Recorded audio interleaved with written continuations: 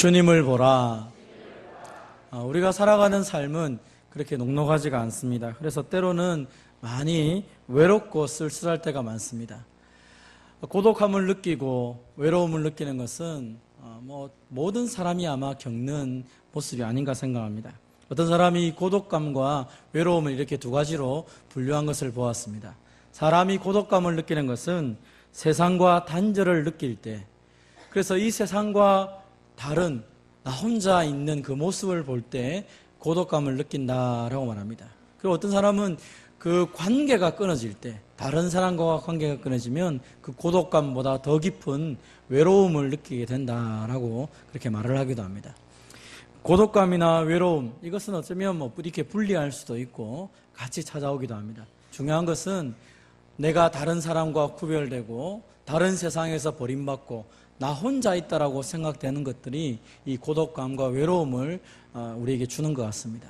그래서 이것은 보통 사람들이 경험할 뿐 아니라 아주 특별한 사람들도 경험하는 것을 우리가 보게 됩니다. 모세 같은 사람들도 홍해를 가르기도 하고 많은 기적을 행하였지만 그 역시 백성들이 끊임없이 광야에서 그를 향하여 불평하고 원망하고 그를 향하여 대항하기 시작할 때 그가 하나님 앞에 이렇게 하소연을 하기도 합니다. 주님, 책임이 너무 심히 중하여서 나 혼자 이 백성들을 감당할 수가 없습니다.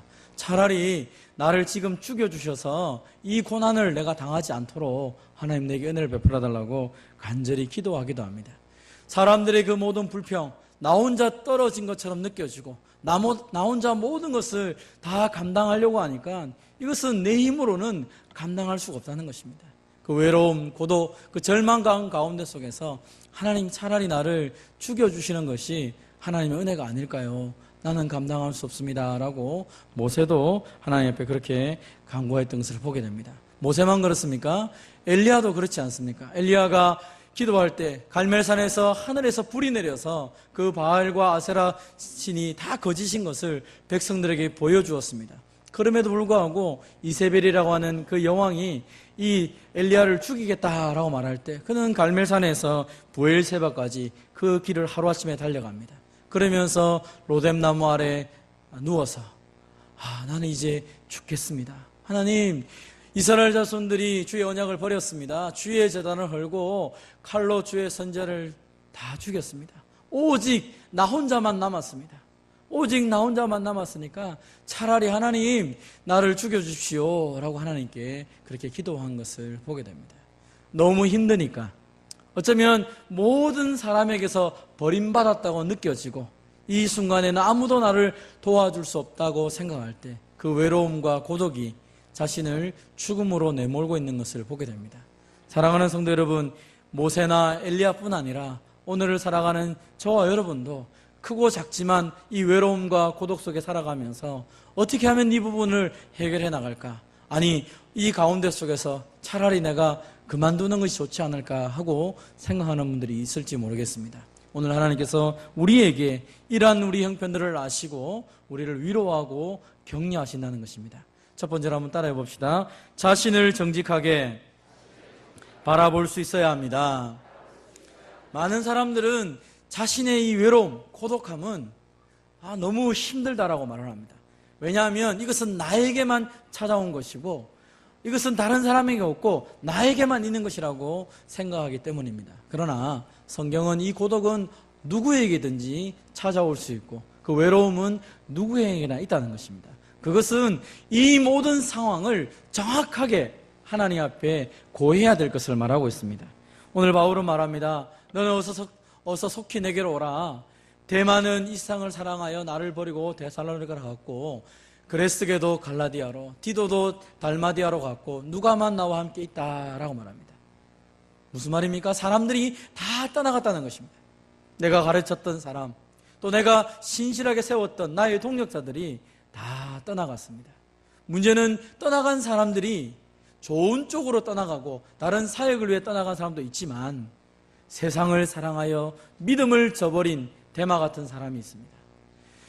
그래서 내가 정말로 신실하게 나의 동력자라고 생각했고 나와 함께 믿음을 가지고 주님을 의지했다고 생각했는데 이제 나를 버리고 세상으로 간 것입니다. 아마 디모데뿐 아니라 이 바울의 마음은 굉장히 서글펐을 것입니다. 내가 함께 일을 했는데, 함께 주의 동역자가 되었는데 떠나갔다는 것입니다. 그리고 디도 같은 사람은 달마디아로, 또 그레스게는 갈라디아로, 두기고는 에베소로 보내었다고 말합니다. 이제 누가 외에는 나와 함께 있는 사람이 없는 것입니다. 로마 감옥에서 사람들이 다 떠나가고 외롭게 쓸쓸하게 남아있는 이 바울의 모습을 생각해 보십시오. 바울은 떠나간 사람들을 생각하며 마음이 서글픈 것입니다. 뿐만 아니라 지금 그는 겉옷을 가지고 오라고 말한 것처럼 이제 나이가 점점 들어가며 연약한 육신을 발견하게 됩니다. 내 몸이 지금 병들어 있고 연약하고 이제는 두꺼운 겉옷을 입지 않으면 이 추위를 견딜 수 없을 만큼 그의 마음과 육신이 많이 쇠약해져 있음을 고백합니다. 내가 지금 많이 힘들다. 심지어 내가 이제 얼마 남지 않았다. 나는 이제 곧 죽음을 직면하고 이제 머지않아서 내 생명이 다할 것을 알고 있다라고 바울이 고백을 하고 있는 것입니다. 사람이 떠나가고 몸이 아프고 특별히 나이가 들어서 점점 몸이 연약해진 것을, 나이가 할 수 없는 것을 많이 경험하게 될 때 외로움을 느끼게 됩니다. 아, 내 주위에 사람이 없구나. 이 몸도 제대로 가눌 수 없구나. 이제 죽음이 임박해 있구나. 아, 나는 이 모든 상황 속에서 무엇을 붙잡고 살아야 될 것인가. 심지어 그가 생각을 해보니까, 과거에 생각을 해볼 때 자신에게 해를 입혔던 사람이 생각납니다. 아, 그때 그 사람이 나를 이렇게 힘들게 했지. 그래서 지금도 내가 많이 힘들구나. 그는 그 모든 상황 속에서 현실뿐 아니라 과거가 힘들고 정말로 답답한 것들이 생각나서 견딜 수 없는 것입니다. 어떻게 보면 우리가 이 본문의 말씀을 읽으면서 이해가 되지 않습니다. 아니, 사나 죽으나 나도 살아도 주를 위해 살고 죽어도 주를 위해 죽겠다라고 고백했던 바울이 오늘 이런 탄식을 하는 것처럼 보이는 이 말씀을 기록하는 것을 볼 때 이상한 것입니다. 아니, 살아도 주를 위해 살고 죽어도 주를 위해 죽겠다라고 고백했지 않습니까? 그러면 이 모든 환경들을 넉넉히 이겨나가야 되는데 왜 바울은 지금 마치 패배자처럼 자신의 인생을 되돌아보면서 이렇게 성경을 기록하고 있습니까? 여러분, 우리는 이렇게 보면 바울이 정말로 실패자처럼 보입니다. 오늘 본문에 바울이 정말 실패자로서 이런 기록을 해놓은 것입니까? 아닙니다. 오늘 본문에 바울은 오히려 자신의 형편을 정확하게 고백하는 것입니다. 오늘 많은 사람들이 하나님의 은혜를 입지 못하는 가장 큰 이유가 무엇입니까? 그것은 자기를 직시하지 않는 것입니다. 오늘 내 모습을 솔직하게 하나님 앞에 고백하지 않는 것입니다. 나 괜찮아요. 나 문제 없어요. 나 이겨나갈 수 있어요. 괜찮아요, 목사님, 장로님, 저한테 관심 갖지 마세요. 저 잘할 수 있어요. 사람들은 자기의 형편을 정확하게 얘기하지 않습니다. 내가 고독할 수 있다는 사실을 인정하지 않습니다. 내 삶에 어려움이 있다는 것을 인정하지 않습니다. 나는 괜찮아요. 나는 할 수 있어요. 나는 괜찮으니까 나 말고 다른 사람 신경 쓰세요. 그러면서 자신의 속이 무너져 가고 있고 자신의 그 영혼이 깨어져 가는 사실을 자기 스스로도 속고 있다는 것입니다. 바울은 오히려 자신의 형편을 자신의 영적인 아들인 디모데에게 말을 하는 것입니다. 디모데야, 내가 지금 많이 외롭다. 디모데야, 내가 지금 몸이 많이 아프다. 겉옷이 필요해. 내가 지금 많이 힘들어. 과거를 생각할 때 보니까 나를 향하여서 힘들게 했던 사람들이 생각나서 내 영혼까지도 지금 많이 힘들어가고 있구나. 너 나를 위해서 기도해줘. 바울은 자신의 영적인 아들인 디모데에게 자신의 형편을 정확하게 고백하며 이야기합니다. 이것은 디모데에게만 고백하는 것이 아니라 하나님을 향하여 말하는 것입니다. 하나님, 지금 제가 외롭습니다. 심지어 내가 영적으로 이렇게 양육했던 사람들이, 신실한 나의 동력자들이 세상을 향하여 갔습니다. 어떤 사역자는 내가 필요해서 다른 교회에 보냈습니다. 하나님, 이제 나만 남은 것처럼 보입니다. 하나님, 내 마음을 위로해 주십시오. 이것은 바울만이 고백한 내용이 아닙니다. 성경에 보면 많은 사람들이 얘기합니다. 종일토록 내가 슬픔 중에 다닙니다. 내 마음이 불안합니다. 내가 신음을 하고 있습니다. 사망의 위협이 나를 지금 이르러서 내가 죽을 것 같습니다. 내가 지금 두렵습니다. 내가 지금 떨고 있습니다. 공포가 나를 덮고 있습니다. 성경의 많은 믿음의 사람들이 자신의 형편을 하나님 앞에 솔직하게 고백을 하는 것입니다. 왜 솔직하게 고백합니까? 자신을 솔직하게 고백한다는 것이 바로 주님을 의지한다는 것이기 때문입니다. 여러분, 주님을 의지한다는 게 뭡니까? 주님, 저 괜찮습니다. 저 힘이 있습니다. 괜찮으니까 딴 사람 도와주세요. 그게 아니라는 것입니다. 주님, 제가 외롭습니다. 주님, 지금 제 마음이 너무 힘듭니다. 이 상황이 지금 내 힘으로 감당할 수 있는 상황이 아닙니다. 하나님, 나의 두려움, 나의 떨림, 나의 그 모든 상황들을 주님 도와주시옵소서.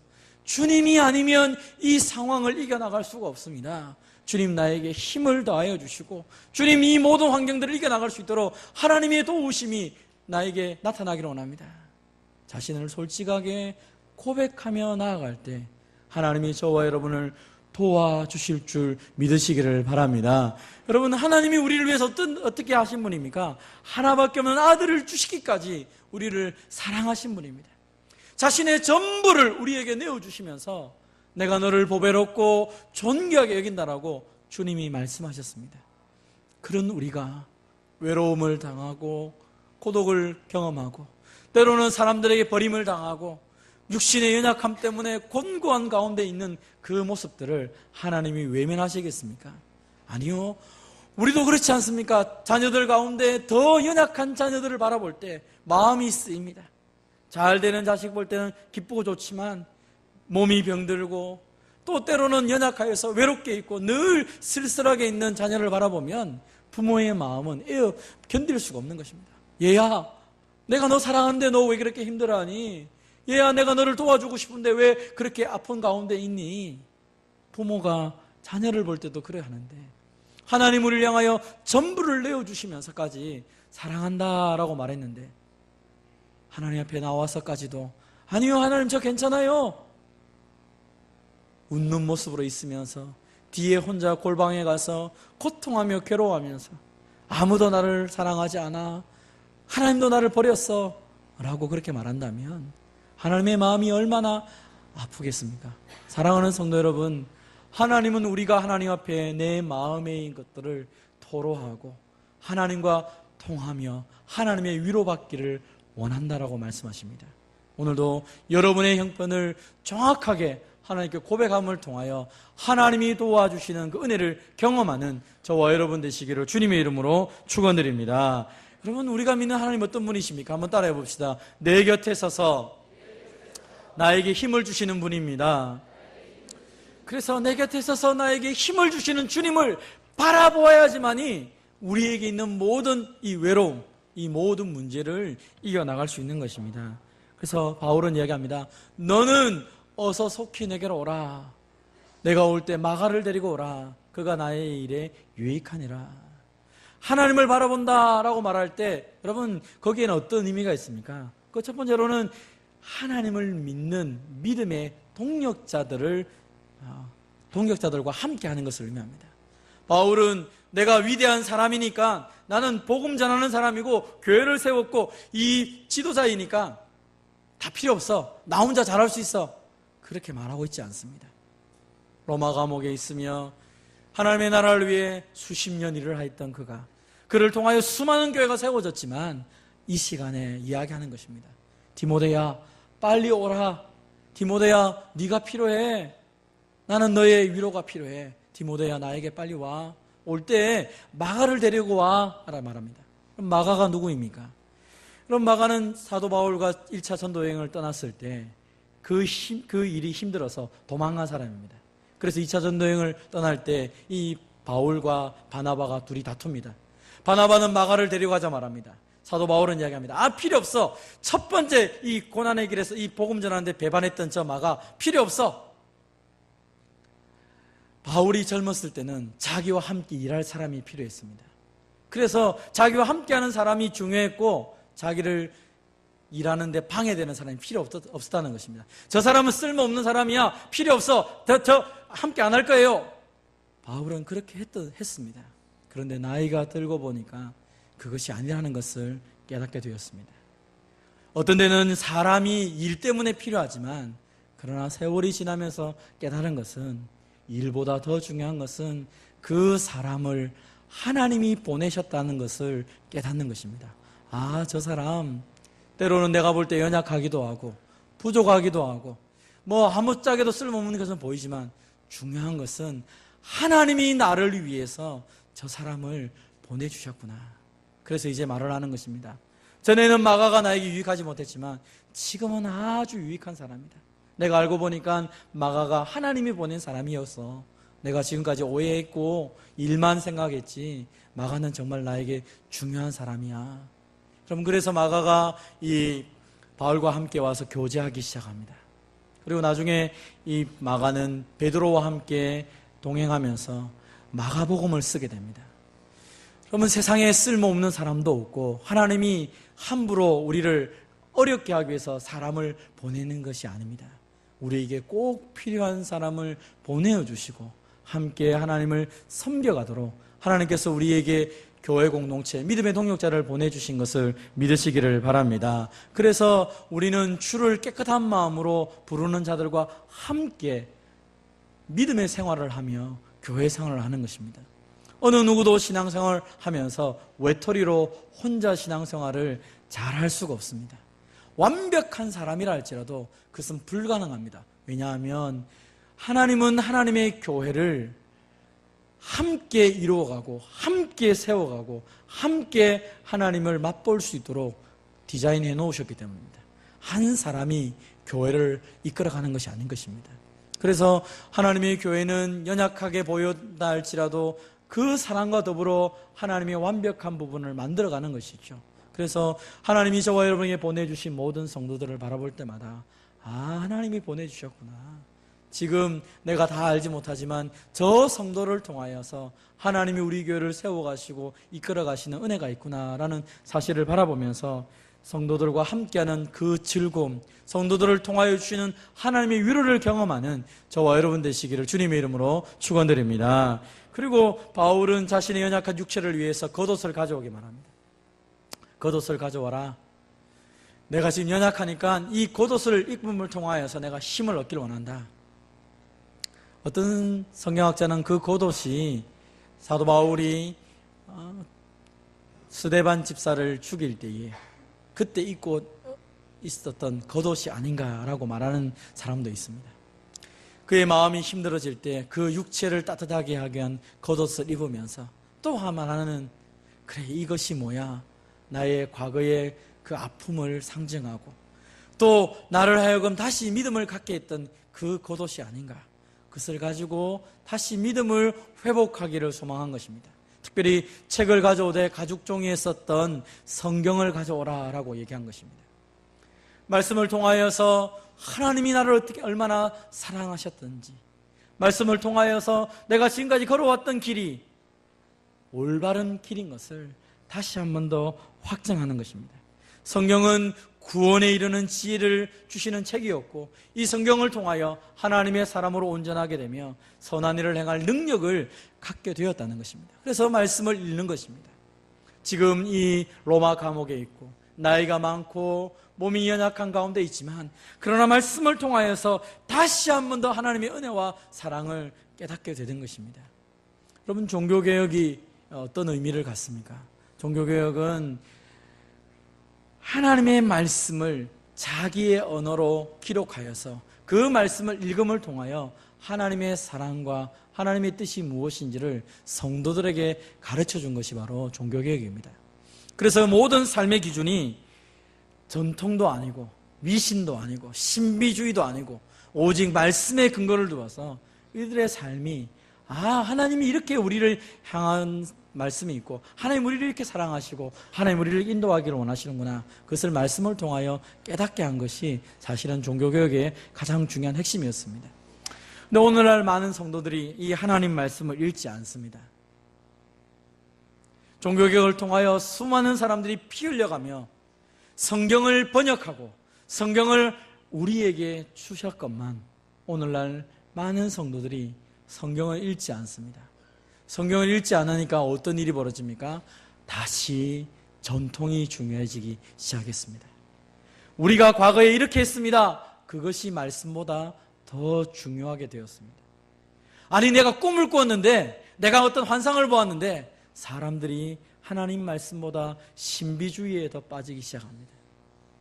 사람들이 어떤 물건들을 우상처럼 여깁니다. 성물이라고 말합니다. 하나님의 말씀보다 다른 것들이 우위에 있게 되었다는 것입니다. 여러분, 그러다 보니까 우리가 쉽게 실망하기 쉽습니다. 나는 어떤 사람처럼 꿈도 꾸지 못하고 환상도 보지 못했는데 그러면 하나님 나를 사랑하지 않는 것 같군요. 아니, 나는 어떤 특별한 체험이 없는데 하나님이 나를 안 사랑하시는가 봐요. 아니, 나는 하나님을 위해서 특별한 헌신을 하지도 못했는데 하나님이 나를 안 사랑하는가 봐요. 왜 내 인생에는 어떤 사람처럼 특별한 은혜, 특별한 능력, 특별한 경험이 없습니까? 하나님은 나를 외면하시는 것 같아요. 오늘날 우리가 다시 실망스러워지고 다시 낙담하는 이유가 무엇입니까? 말씀보다 다른 것, 말씀보다 다른 것, 말씀보다 다른 것을 추구하기 시작하면서 내 삶의 믿음의 근거가 흔들리고 내 삶의 하나님의 위로의 근거가 흔들려가면서 하나님이 나를 사랑하지 않는다라고 말하고 있다는 것입니다. 그러나 오늘 성경에 이 바울은 뭐라 말하고 있는 것입니까? 내 마음이 너무 외롭고 내가 너무 힘들고 내 상황 가운데 속에서 지금 내가 바르게 살아가고 있는지 흔들릴 때 그의 삶의 기준으로 다시 찾는 것이 무엇입니까? 말씀을 가져오라. 말씀을 가져오라. 그 말씀을 통하여서 하나님이 지금 나에게 주시는 은혜가 무엇인지 다시 회복해야겠다. 그리고 말씀을 붙잡기 시작할 때 그가 말하는 것이 무엇입니까? 주께서 내 곁에 서서 나에게 힘을 주신다. 말씀을 생각하기 시작할 때 그의 마음속에 깨닫는 것이 무엇입니까? 왜 내가 지금 로마 감옥에 있지? 그렇지, 이 로마 감옥을 통하여서 이방인들에게 하나님 말씀을 증거했지.